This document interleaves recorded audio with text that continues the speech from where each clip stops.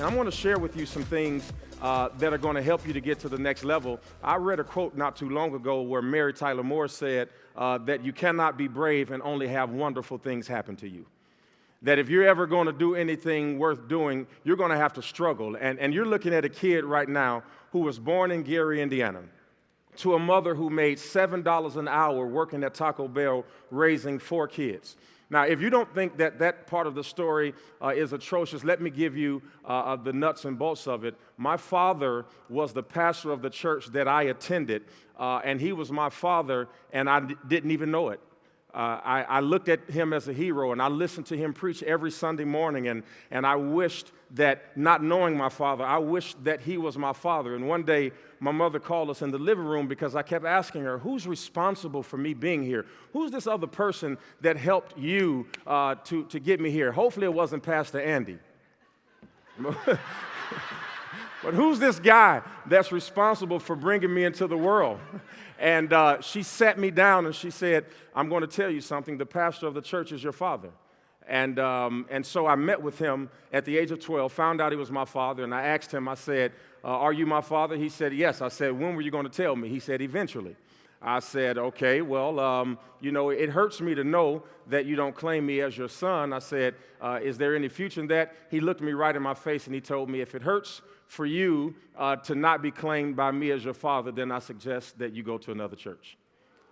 And so after he said that to me, I began to be resentful and I began to be angry. And as a young man, I became frustrated. And I did all the things that troubled kids would do. But I found a way. And I'm 36 years old, and I started that church with 100 people, and it has grown to nearly 8,000 in 7 years. And my wife and I have started businesses. I've got a tax corporation in 8 different cities, and we've got pharmacies, and we've got, I was just on the phone on the way here on the plane talking about a $4.6 million construction project. How do you go from having a mother who makes $7 an hour working at Taco Bell, not knowing who your father is, living in a 2-bedroom apartment that doesn't even equal 700 square feet, to having millions of dollars in real estate, to being effective and actually being mentored by one of our speakers today, who's going to speak today, Bishop T.D. Jakes, and give a round of applause for him as he comes. I want to talk to you about something because this is very important, that for those of you all who are going through adversity right now, I've discovered in my life that there are at least 5 secrets hidden in every adversity. And let me tell you something. Don't be angry. Don't be upset about what's going on in your life right now, because let me tell you something that you should never forget. You will be born looking like your parents, but you will die looking like your decisions. And what you decide between now and where you're going will decide how you look and determine how you look when you get out of this place called earth and you go into the next level of your life. The first thing that adversity teaches you is discovery. Everybody shout discovery. The first thing you have to do when you're going through adversity is to discover yourself. If you go to the ancient areas of Philistine, you would find out that there is a valley there called the Ajalon Valley, and it is the most important valley to the Sepulchre area of those regions and mountains. It has the most water, it has the most mountainous ranges, it has the conduit. It is the most important valley in the area. But the most famous valley in the area is the Valley of Elah. Now I asked myself, how is one more important but not as famous? Then I was able to recognize that most of the wars that have been fought in the world have been fought in this valley. This is actually the same valley where David and Goliath fought, the Valley of Elah. And so I discovered something that you need to understand, and that is that adversity is the only thing that will make you famous. That just because you are not being discussed doesn't mean you won't be discovered. I was in Orlando, Florida not too long ago, I would say about 10 years ago, and I was sitting there with my wife. She was 8 months pregnant, not by Pastor Andy. She was 8 months pregnant with our youngest daughter, and we were sitting in a restaurant, and my wife said, look over there. I said, yeah, I see it. She said, do you know who that is? I said, yeah. She said, that's Bishop T.D. Jakes. She said, you ought to go speak to him. I said, I'm not going to speak to him. She said, why not? I said, it's because he's eating, and it's rude to talk to people who are eating. I told her, I ain't nobody, and I don't want nobody talking to me when I'm eating.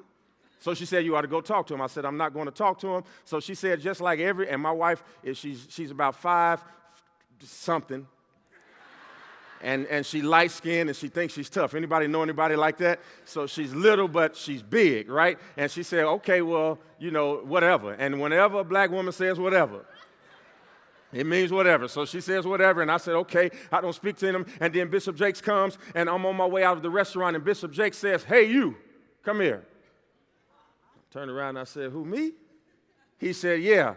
He said, you've been asking God to meet me, haven't you? I said, yes, sir. He says, I'll deal with you, but don't waste my time. And he walked out of the restaurant, and I'm walking around like, yes, Bishop Jakes told me to call him. Yes, how do you call somebody who didn't give you a phone number? So I went from being excited to being depressed, and then I said, okay, I'm going to find a way. Somebody say, where there's a will, there's a way. Where there's a will, there's a way. So I went and I found somebody. I found his lawyer, and I told his lawyer, I said, Bishop Jakes told me to call him and tell him the tall, bald-head, light-skinned, skinny guy that had the black jacket on, and he had on a white suit. I explained everything, and I said, he told me to call him, and I'm trying to get in touch with him. He says, okay, I will let him know exactly what you said. He tells them somehow my wife and I are now sitting in another room just like this, listening to a person talk. He's a very wealthy man. He makes about $2 million every 15 days. And he's sitting there and he's telling us, and my wife and I on the front row, and he looks at me and he says, whenever somebody's talking to you that has something that you want, you should listen to them. You shouldn't be on the phone. You shouldn't be talking to anybody. If he's talking to you, you shut up. So that's exactly what I did. And then my phone rings. And I check it, and it looks like a Dallas phone number. I said, baby, I think this is Bishop T.D. Jakes calling me, but he just said, don't move. What should I do? She said, fool, get up. I got up, and I ran out, and I answered the phone, and he says, this is Bishop T.D. Jakes. I remember you from the restaurant. I just went online, and I listened to one of your sermons, and if I was preaching it, this is what I would have said. And he spent the next 30 minutes preaching my sermon to me. But what I offer to you for subjection is that had my father not rejected me, my spiritual father would have never found me, because your adversity makes you discoverable. I want everybody in here to know that it is the thing that you don't want. It is the thing that is hurting you right now that is going to set you up to be discovered by somebody who has what you want, by somebody who can take you to where you need to be, and somebody who will see the raw potential in you and say it doesn't matter who dropped you, it doesn't matter who rejected you, and it doesn't matter who ignored you. It is because they rejected you, it is because they ignored you that I am now paying attention to you. Now act like you're at church and give your neighbor a high five and say, God is sending somebody my way.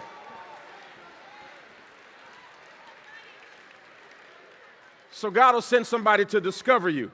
But as God sends somebody to discover you, the next thing you're going to find in adversity is it teaches you how to make good decisions. I told you this is the valley of Eli. Everybody say Eli. David and Goliath are fighting in this valley. And whenever you are fighting in a valley, you've got two decisions. Do you fold or do you stand up? Do you follow the rules or do you follow your instincts? Do you say or do what they say you should do or what the circumstances dictate, or do you say to yourself, come hell or high water, I am going to perform no matter what I am facing? David is a little boy looking at a big giant, and he's got a decision to make. And his decision is, what artillery do I fight this guy with? Now, Goliath came ready to fight somebody who he had fought before, because he comes with shin guards on, with the breastplate. He's got all of this armor on, and here it is. He gets hit in the forehead, which lets me know he didn't make a good decision, because he had his entire body covered except for his head. And it is the worst thing to do whenever you're starting a business, writing a book, starting a company. Why cover everything except for your head? You'll have insurance on the car, you'll have insurance on the building, you'll have insurance on the process, you'll have all of that, but your head will be exposed. And I'm telling you, when you're going through adversity, if there is one thing you must do, is cover your head. You got to make sure you don't allow the wrong people to speak to you. You got to make sure you don't allow the wrong influences in you. I was in South Africa the other day, and I was on Robben Island, and they had a cannon on there, and I asked them what the cannon was for there in South Africa, and they said it was to keep enemies off of the island when the prisoners was in prison. And he says, but whenever we sound this alarm, we tell everybody on the island to open their mouth, because if we shoot this gun when their mouth is closed, then the sound of the gun will blow their eardrums. And so that's what life tries to do. Life can affect your ears by shutting your mouth. But if you want to protect your head, you got to open up your mouth and you got to begin to speak positive when things look negative. You've got to make sure that you talk to yourself even when other people are saying negative things to you. And let me tell you something else. Whatever you do, decide who you are before trouble comes. Don't let trouble tell you who you are. Don't let money tell you what you cannot do. Don't let your circumstances tell you where you cannot go. Everybody shout, I can do it. Come on, say it again. Shout, I can do it. I don't care if your father didn't raise you, you can do it. I don't care if you don't have the capital, you can do it. I don't care if the bank won't give you the loan, you can do it, because if you get started, life has a way of sending you the resources and the opportunities to achieve everything your giant is trying to knock out of you. So I tell every person in here, if you don't have money, all you need is a rock and a rag. And if you get your rock and your rag, you can knock anything down that you ever face, anything that's bigger than you, anything that towers over you, or anything that stands over you. If you have the courage, you can knock it down. Somebody say, make good decisions. So number one, you got to discover. Number two, you got to make decisions. The third thing you got to do is understand that no matter how good you are, everybody has a deficiency. Everybody has a deficiency. There was a guy, the tallest man ever lived. His name was Robert Wadlow. He died at 8 feet 11 inches. They said that when he died, he was still growing, which means in the casket, he probably reached 9 inches. See, because there is a disease that most giants have called acromegaly, and what it does is it sends too many growth hormones to adults, and it comes from the pituitary gland. And one of the side effects of acromegaly is that there are tumors that grow around the nerve endings of the eye, and it gives you either cloudy vision or double vision. Now, I'm realizing something. When I read the scripture and it talked about David and Goliath, the Bible says that Goliath was led down to the war by an attendant. I asked myself, why does a man with a sword and sheaves and guards, why in the world does he need anybody to lead him down to the battlefield? Then when we look at this acromegaly, we probably recognize that Goliath either had cloudy vision or double vision. So the same thing that made him big also made him blind. So you got a guy, he's big and he's huge, but he's got a deficiency, and everybody in here has a deficiency. And let me tell every entrepreneur and every CEO in here and every author, you've got to be careful when you're going after destiny, because the same thing that drives you can also kill you. That the same drive that keeps you motivated to open the company can be the same reason why your wife leaves you, because you won't pay her any attention. That if you're not careful, the same thing that makes you big will make you blind. That your drive will make you start to neglect the things that matter. That your drive will cause you to lose the things that you're fighting for. And you will say you're doing it for your children. But what good is it to do for your children when they don't know who you are when you achieve the goal? You've got to be careful that the same thing that makes you big won't be the same thing that makes you blind. Then you've got the power of difference. Everybody say, I'm different. You know, people don't pay you to be similar. People pay you to be different. McDonald's says, hey, we'll get your order out in 30 seconds or less.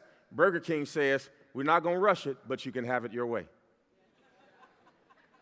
How many of you know the lines at Burger King are way longer than, but they both sell hamburgers, but one is different than the other. If you're ever going to achieve your passion, you got to find out what makes you different. Stop trying to find out what makes you similar to somebody else, and just find out that small thing that makes you different than everybody. You may bake cookies, but you get your chocolate from Venezuela. I don't know, whatever it is, you just got to find out what it is that you do different. Now, if you were to take up all of the wars that have happened in the world over the last 200 years, 70% of the time, the larger country always defeats the smaller country. Okay? That means that all of the wars over the last 200 years, the larger country wins, the smaller country loses. Smaller country wins 30% of the time, larger country wins 70% of the time. But when the smaller country changes the rules, the winning percentage goes up from 30% to 65%. Do you understand why Vietnam gave America so much trouble? Because they changed the rules. Do you understand why ISIS is such a formidable foe? They don't have soldiers, they don't have tanks, they don't have the things American has, but they have changed the rules. They don't have the things that Canadians have, they don't have the things that the Europeans have. No, they use used weapons, but they've changed the rules. And whenever you change the rules, you can beat a giant.